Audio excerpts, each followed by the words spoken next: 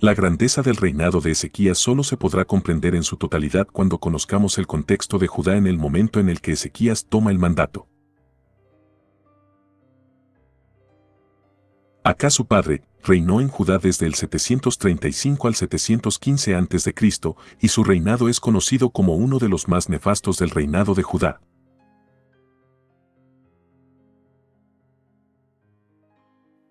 Acaz adoptó en su reinado infinidad de prácticas idolátricas que se vieron reflejadas en la adoración de dioses paganos en Judá y en la introducción de ídolos al Santo Templo de Jerusalén, sumado a que la ley de Dios fue apartada del pueblo, trayendo consigo graves consecuencias que sumirían al reinado de Judá y al rey Acaz en la decadencia total. El reinado de Israel y Siria, los grandes enemigos militares de Judá en ese momento, amenazaban con destruir el pueblo y Acaz sabía perfectamente que, si entraba en guerra con ellos, no los iba a poder derrotar porque militarmente ya había sido debilitada por su guerra con los edomitas y los filisteos, por eso acudió al único que lo podía ayudar.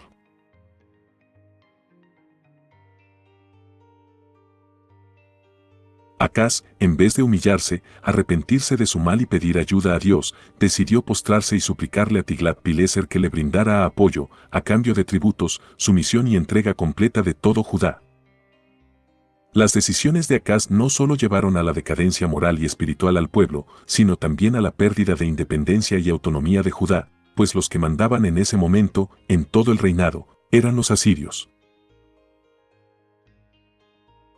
Militarmente, la alianza que hizo con los asirios no trajo nada bueno al reinado de Acaz, todo lo contrario, su reinado sufrió grandes derrotas militares frente a sus enemigos y todo el pueblo estaba devastado. Pero Acaz tenía todavía una oportunidad bajo su manga de poder mejorar las cosas. Su reinado estaba arruinado, todo Judá se encontraba en la desolación total, no quedaba nada bueno en Jerusalén, Acaz debía hacer algo para cambiar ese horrible panorama y efectivamente Acaz actuó, pero no de la forma en que debía actuar.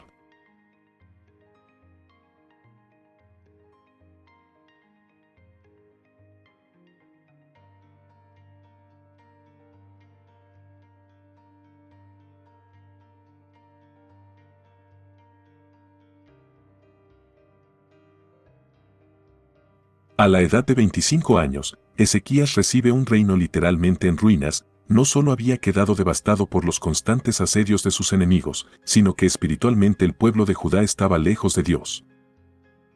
Ezequías, quien habría presenciado toda la decadencia de Judá, entendió que el principio del fin del reinado de su padre comenzó cuando éste decidió sacar a Dios y a su ley del pueblo. Por eso, antes de enfrascarse en cualquier incursión militar contra sus enemigos, Ezequías decidió sentar la base en la cual su reino sería construido y prosperado.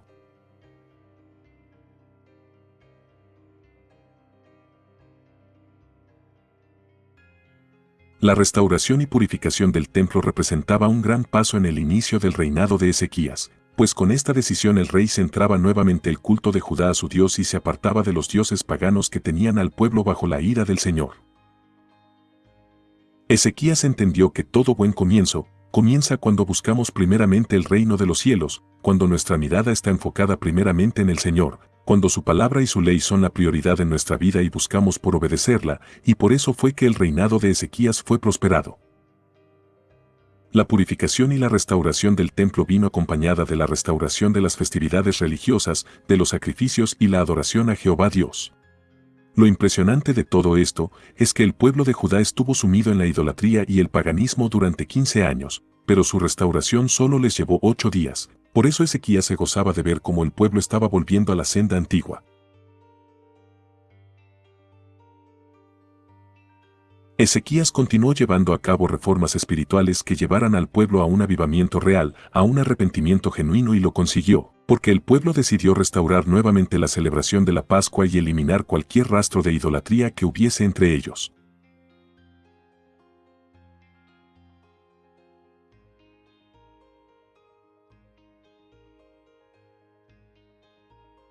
La alegría y el gozo en el pueblo era total, el avivamiento era real y el arrepentimiento era genuino. El pueblo entendió que sus pecados eran tan altos como el cielo y por eso, en señal de una extrema purificación, duplicaron el tiempo de celebración de la Pascua.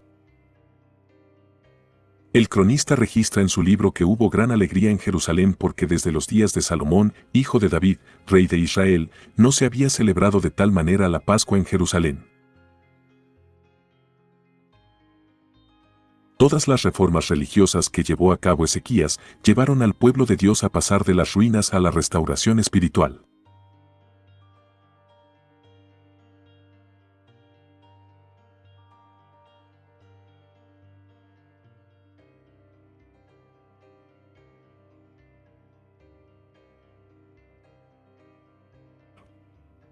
La caída de Samaria y el cautiverio de Israel representa, en nuestras vidas, las consecuencias de la acumulación de nuestros pecados y del juicio justo de Dios.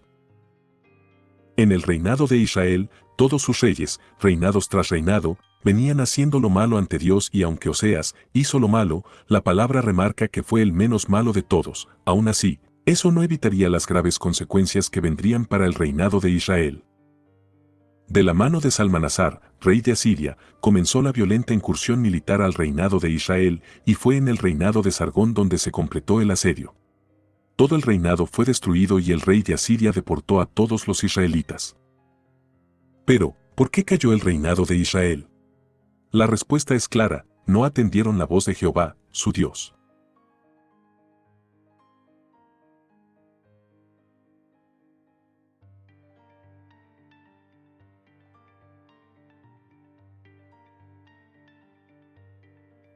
Ya destruido por completo el reinado de Israel, los asirios ahora ponen su mirada en el reinado de Judá. Sennacherib sucedió a Sargón y este comenzó su incursión militar en territorios de Judá. El rey Ezequías vio esto como una ofensa y sirvió de excusa para sacudirse del yugo asirio que había dejado su padre Acaz, porque como se explicó al principio, este había entregado la soberanía del reinado a los asirios. Uno de los primeros actos de independencia y rebeldía que hizo el rey Ezequías contra los asirios fue no pagarle más tributos. Esto, si bien representaba un acto de valentía y autoridad, fue un grave error. Quizás Ezequías no comprendía las consecuencias de sus actos y al poco tiempo reconoció que lo que hizo fue demasiado grave. La ira de los asirios se levantó contra Judá y Ezequías, para apaciguar esa ira y evitar una destrucción total de Judá a manos de este poderoso reino, no solo ofreció disculpas, sino también nuevamente sumisión al rey. El rey asirio, aprovechándose de la oferta de Ezequías, mandó a pedir en forma de tributo, literalmente todo el oro y la plata que había en Judá. Dice la palabra que Ezequías mandó a quitar hasta el oro que cubría las puertas del templo del Señor, para dárselo a los asirios.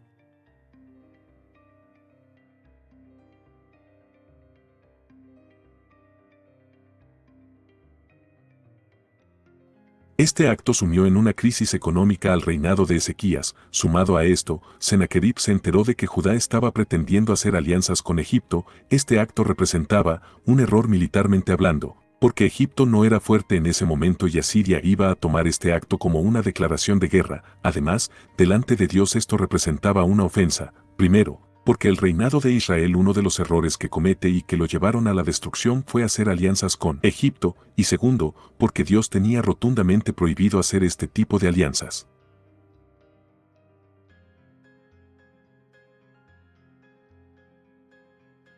Sennacherib ya no quería tributos. Sennacherib ahora deseaba que todo Judá fuera destruida. Para eso, mandó a su general y a un comandante como portavoces a decir de manera jactanciosa y embustera que Jehová me ha dicho: sube a esta tierra y destrúyela.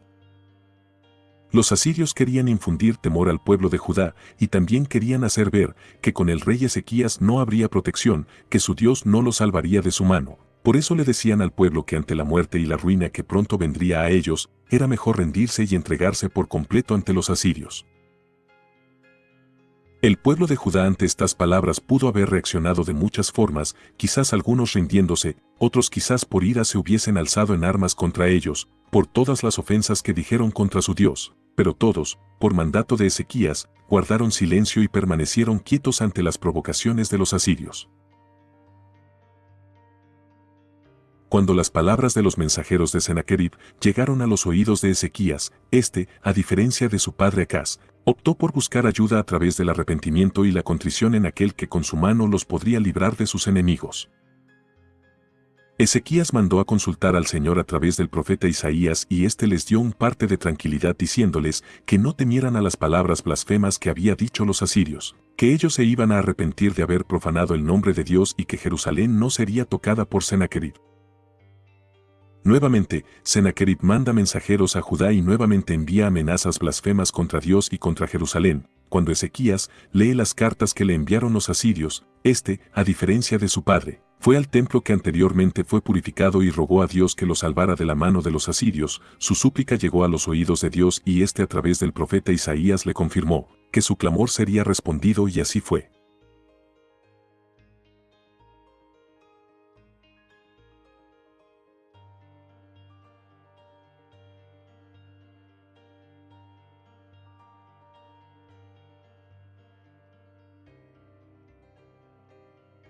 Cayó el reinado de Israel, pero ¿por qué no el de Judá?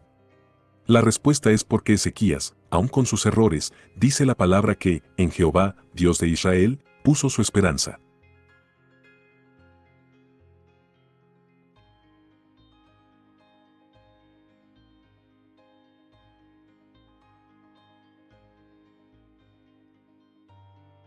Hasta ahora, todo lo que hemos visto de la historia del rey Ezequías, lo hacen, casi, un rey perfecto. Con sus reformas religiosas que implantó en el inicio de su reinado, logró que el pueblo de Dios volviera a la senda santa de su palabra, quitó de Judá todo aquel ídolo o práctica que fuera contraria a los estatutos de Dios, y en medio de una crisis diplomática y bélica contra los asirios, puso su esperanza solo en el Señor. Ahora, con su enfermedad mortal, que llegó poco tiempo después de ser librado de la mano de Sennacherib, Ezequías nos muestra su enorme fe y el estado puro de su corazón. Isaías va con el enfermo rey, y le dice que ordene su casa, porque pronto morirá. Ante esta noticia que retumbó en la vida de Ezequías, lo único que hizo fue orar, y con súplica le imploró a Dios que mirara su corazón y su andar en esta tierra. Basado en la oración de Ezequías, Dios le dice a Isaías que le comunique al rey, que sus súplicas y sus lágrimas, el Señor las ha visto, y que será sanado de su enfermedad, y sumado a eso, sus días en la tierra se convertirán en 15 años más de vida. ¿Mintió Dios en su primer decreto? Absolutamente no. Lo que el Señor en su segunda profecía quiere mostrar y enseñar es que un corazón contrito y humillado jamás será rechazado, y mucho menos se hará el sordo ante sus súplicas. Además, la palabra dice que, si pedimos y andamos conforme a su voluntad, Él nos oye y responde, y la súplica de Ezequías estaba en la misma línea de la voluntad de Dios, por eso el Señor respondió de esa manera.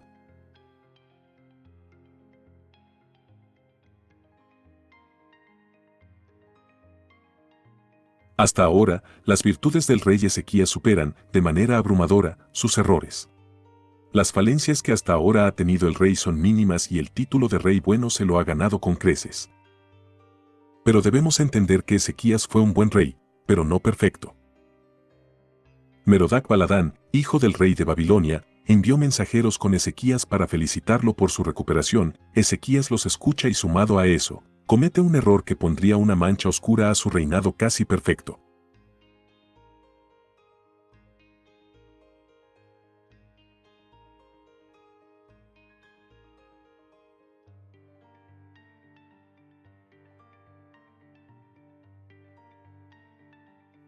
No se sabe a ciencia cierta qué motivó al rey a mostrarles todos sus tesoros.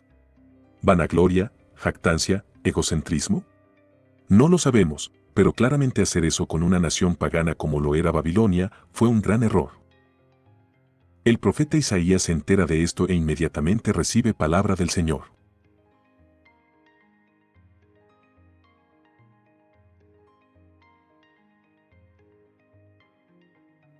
El cautiverio a Babilonia que sufriría más adelante Judá, no se desencadenó por este suceso, más bien, esto que hizo el rey Ezequías fue como regar gasolina por toda una casa, pero la chispa que haría que toda la casa se quemara por completo, la activaría su hijo, Manasés, quien hizo lo malo delante de Dios. Ezequías, al escuchar la palabra del profeta Isaías, responde de una manera impensable. Es buena la palabra del Señor que me has comunicado. Ezequías pudo nuevamente intentar revertir esa palabra que recibió del profeta, pero no lo hizo, quizás su culpa por el pecado que había cometido y sumado a la tranquilidad que tendría su reinado, hizo que el rey aceptara la voluntad de Dios y esto, aun cuando nace de un pecado de Ezequías, nuevamente nos muestra una virtud del rey, y es someterse a la voluntad de Dios, sin importar cuál sean sus consecuencias.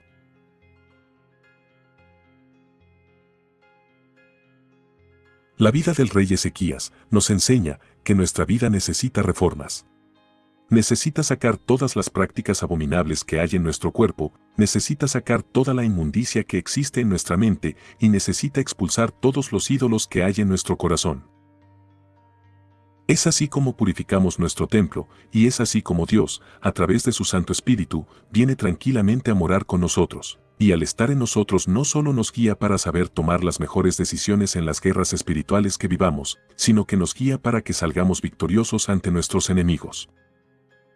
Ezequías nos enseña que quizás nuestro caminar no sea perfecto, que quizás muchas veces rindamos tributos y sumisión al pecado, que por nuestra debilidad caigamos en la tentación y que por eso suframos consecuencias graves. Pero, su vida nos enseña que aún en los justos juicios de Dios, debemos declarar siempre que su palabra y su obrar siempre será bueno.